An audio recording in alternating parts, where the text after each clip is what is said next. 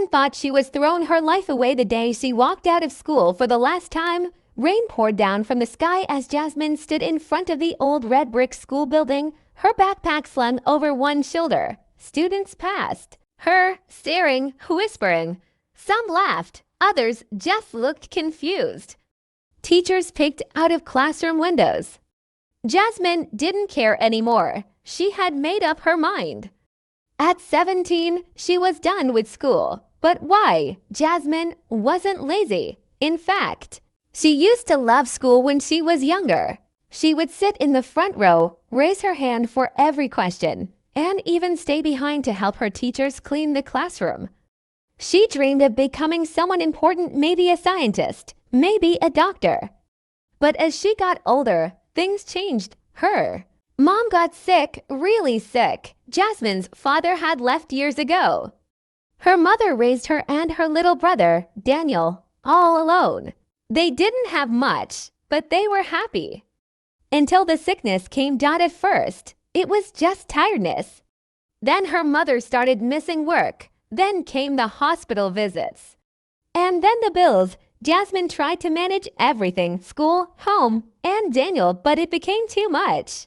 She would fall asleep in class. Her grades started dropping. Teachers started giving up on her. Friends slowly drifted away. She would lie awake at night thinking about what to cook for dinner with just a few dollars, or how to tell her little brother that their mom might not be okay. One morning, after another late night of cleaning homes for a neighbor, Jasmine stood in front of the mirror. Her eyes were tired. Her spirit was tired. She whispered to herself, "I can't do this anymore." That's how she ended up standing in the rain, saying goodbye to her school life. A dropout. People shook their heads and said, "What a shame."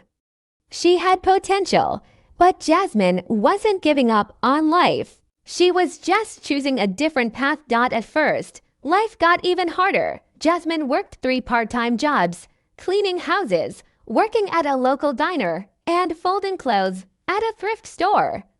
She barely had time to breathe. Her hands hurt, her back hurt, but she kept going. Every dollar she made went into the jar she hid under her bed, savings for Daniel's school, food, rent, medicine. Some nights she cried herself to sleep. Some days she wanted to run away. But every time Daniel hugged her and said, "Thank you for everything, James," she found the strength to keep going. One day, while waiting tables at the diner, Jasmine served an older woman with silver hair and a kind smile. The woman ordered coffee and a muffin, and then noticed Jasmine scribbling in a notebook during her break. "What are you writing?" she asked kindly. "Oh, nothing," Jasmine replied, a little shy. The woman smiled. "You don't look like a girl who writes nothing." Jasmine hesitated, then showed her notebook. It was full of ideas, drawings, notes, plans for a business. Jasmine had been dreaming of starting something of her own. She didn't know how to do it, but every break she had, she wrote down thoughts about a cleaning business. Not just any cleaning business, but one that helped single mothers like her. A company that gave women jobs, training, and flexible hours. The woman studied the notebook carefully. "You know," she said slowly, "I used to run a company that helped women start small businesses." Jasmine's eyes widened. "You did?" "Yes. And I think you have something special here." The woman introduced herself as Mrs. Bennett. She offered to meet Jasmine again and talk more about her idea. At first, Jasmine was unsure. She had no degree. She was a dropout. What could she offer? But something inside her whispered, "You've come this far. Keep going." They started meeting at the diner after hours. Mrs. Bennett taught Jasmine how to write a business plan, how to make a budget, how to talk to investors. Jasmine took notes like a student again, only this time she was learning about the real world. She also began watching videos online late at night, business talks, marketing tips, accounting basics. Every free moment she had, she studied. She learned fast. Jasmine started her business small. She called it Shine On. At first, it was just her and a mop. She offered cleaning services to houses in her neighborhood. She made flyers and knocked on doors. Her first client was a retired couple who needed help twice a week. They loved her work and told their friends. Then came another client. And another. Jasmine saved every cent she could and hired her first helper, a single mother just like her. Then two more. She trained them, helped them open their own bank accounts, and made sure they were paid fairly. Soon, Shine On wasn't just a cleaning service. It was a family. Clients loved the company because they saw how honest and hardworking the women were. They posted about it online. Word spread. One day, a local newspaper wrote an article about Jasmine, from dropout to dreamer. Young woman builds business from scratch. That article changed everything. People started calling. Investors became interested. Jasmine's inbox was full, but she didn't let it get to her head. She remembered her roots. She remembered the rain and the whispers the day she left school. She remembered every tear, every tired morning, every night holding Daniel's hand at the hospital. Jasmine didn't stop. She opened a small office. She built a website. She created a training program for other women. She even spoke at local events telling her story. When she turned 25, Shine On had over 50 employees. Most were single moms or women who had struggled like she once did. They called Jasmine the light in the dark. At 27, she was invited to speak at a business conference. That day, she wore a simple white suit and stood on stage in front of hundreds of people. She began her speech with the words, "I never graduated high school." But that wasn't the end of my story. It was the beginning. The crowd stood and clapped. Some wiped tears from their eyes, and Jasmine, she smiled, because she knew this was only the start. The large office building had glass walls that reflected the city lights like mirrors. Inside, the room was filled with soft white light, green plants, and women in matching uniforms moving with purpose. At the center of it all stood Jasmine, now 29 years old, answering calls, shaking hands, and writing plans on her tablet. Her company, Shine On, had grown beyond what she ever imagined. They now offered not just home cleaning, but also office cleaning, event setups, and even childcare services. The business had expanded into 5 cities with over 200 employees, mostly women who once felt lost, like she had, and now Jasmine was the CEO. But getting here hadn't been easy. After the article about her in the local newspaper, Jasmine had started receiving emails from people across the country. Some wanted to support her. Others wanted her to speak at events. A few even offered investments. Jasmine was excited but careful. She didn't want to lose control of the business she had built with her own 2 hands. She remembered the pain of working late at the diner, saving pennies in a jar, and watching her mom's health go up and down. That pain had shaped her. She met with Mrs. Bennett again, the woman who had first encouraged her. They sat down at the same diner where it had all started. Jasmine now had her own laptop, a proper business plan, and a growing team behind her. But she still had questions. How do I know who to trust? Jasmine asked. Mrs. Bennett smiled and stirred her tea. You listen with your heart, and you ask the hard questions. Business is like life, full of choices. Make the ones you can. Live with. Jasmine remembered those words every time someone made her a big offer. She said no to people who wanted her to give up control of Shine On. She said yes to partners who believed in her mission, not just her profits. She started visiting women's shelters and community centers to talk about her company and offer jobs. She listened to stories that reminded her of her own. Single moms with no support, women escaping violence, girls who dropped out of school because life got too hard. Jasmine gave them a chance, just like someone had once given her one. She created a training program called Shine Forward that taught women how to clean professionally, manage time, speak with clients, and even how to start their own business one day.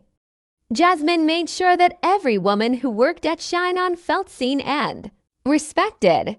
And in return, her team worked with passion. But success brought new challenges. There were months when cash flow was tight. Some clients didn't pay on time. Some employees didn't show up. Once, an entire team quit because another company promised them higher wages. Jasmine sat in her office that day and cried, wondering if she had made a mistake by growing too fast. But she didn't give up. She called every client herself that week. She cleaned offices, washed windows, and made sure jobs were finished. Her hands were sore, her eyes heavy, but her heart stayed strong. When the team saw her working side by side with them again, they came back. They remembered why they had joined her company in the first place. It wasn't just about cleaning. It was about dignity. Daniel, her little brother, was now in college studying engineering. He often called Jasmine to tell her about his projects, and he always ended the call with, "You're my hero." Jasmine would smile, thinking of all the nights she stayed up helping him with homework. Even when she had no energy left, their mom's health had improved slowly. She still couldn't work, but she was proud. Jasmine had bought her a small house with a garden. "I used to worrying you'd get lost in this world," her mother once said. "But you became the light that leads others." Jasmine's company began receiving awards first, a local business award, then a national one for helping women in poverty. Then a magazine named her one of the top 30 CEOs under 30. The word dropout was still whispered sometimes, but now it came with admiration, not pity. Reporters often asked her, "What's your secret?" She would smile and answer, "Hard work, hard, and believing in second chances." But Jasmine wasn't done dreaming that she wanted Shine On to reach more cities. She wanted to create a mobile app that connected clients with trained women quickly and safely. She wanted to build a school for women who wanted to learn business skills but couldn't afford college. So she did what she always did. She started small. She used her savings to hire a team of young app developers. She met with community leaders and offered to bring Shine On to neighborhoods that needed jobs the most. She applied for grants and used every penny wisely. And then, something unexpected happened. She was invited to speak at a global business summit in New York City. It was a huge event with CEOs from around the world. Jasmine almost said no. She didn't feel like she belonged. These were people with ambitious, expensive suits, and years of formal training. She was just a girl who once cried herself to sleep in a tiny apartment. But then she remembered that 17-year-old girl in the rain, backpack slung over one shoulder, heart full of fear. She owed it to her dot at the summit. Jasmine walked onto the stage wearing a simple black dress. The lights were bright, cameras flashed. She took a deep breath and began. "I was a high school dropout. I was a waitress, a house cleaner, a caregiver, and a big sister. I never had a plan, only a purpose, to survive.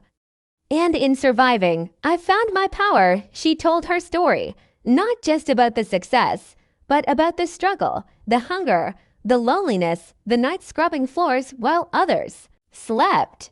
She spoke about the women she hired, their tears when they got their first paychecks, their joy when they were able to pay for their children's school supplies. By the time she finished, the room was silent. And then came the applause, long, loud, full of respect. After the speech, investors came forward. A woman from a major tech company offered to help her build her up. A university offered her an honorary degree. Another woman, who had once been homeless herself, hugged Jasmine and whispered, "You made me believe again." A year later, Shine On had launched its app. It was now in 10 cities. Jasmine had opened her first Shine Forward Center, a place where women could get job training, child care, and business advice all in one building. She was now 30 years old. A CEO, a leader, a symbol of what could happen when someone refuses to give up. One evening, she stood outside her company's headquarters, watching the sun go down. The glass doors reflected the sky in soft colors. Women walked out of the building laughing, tired but proud. Jasmine smiled and thought of all the people who once said she wouldn't make it.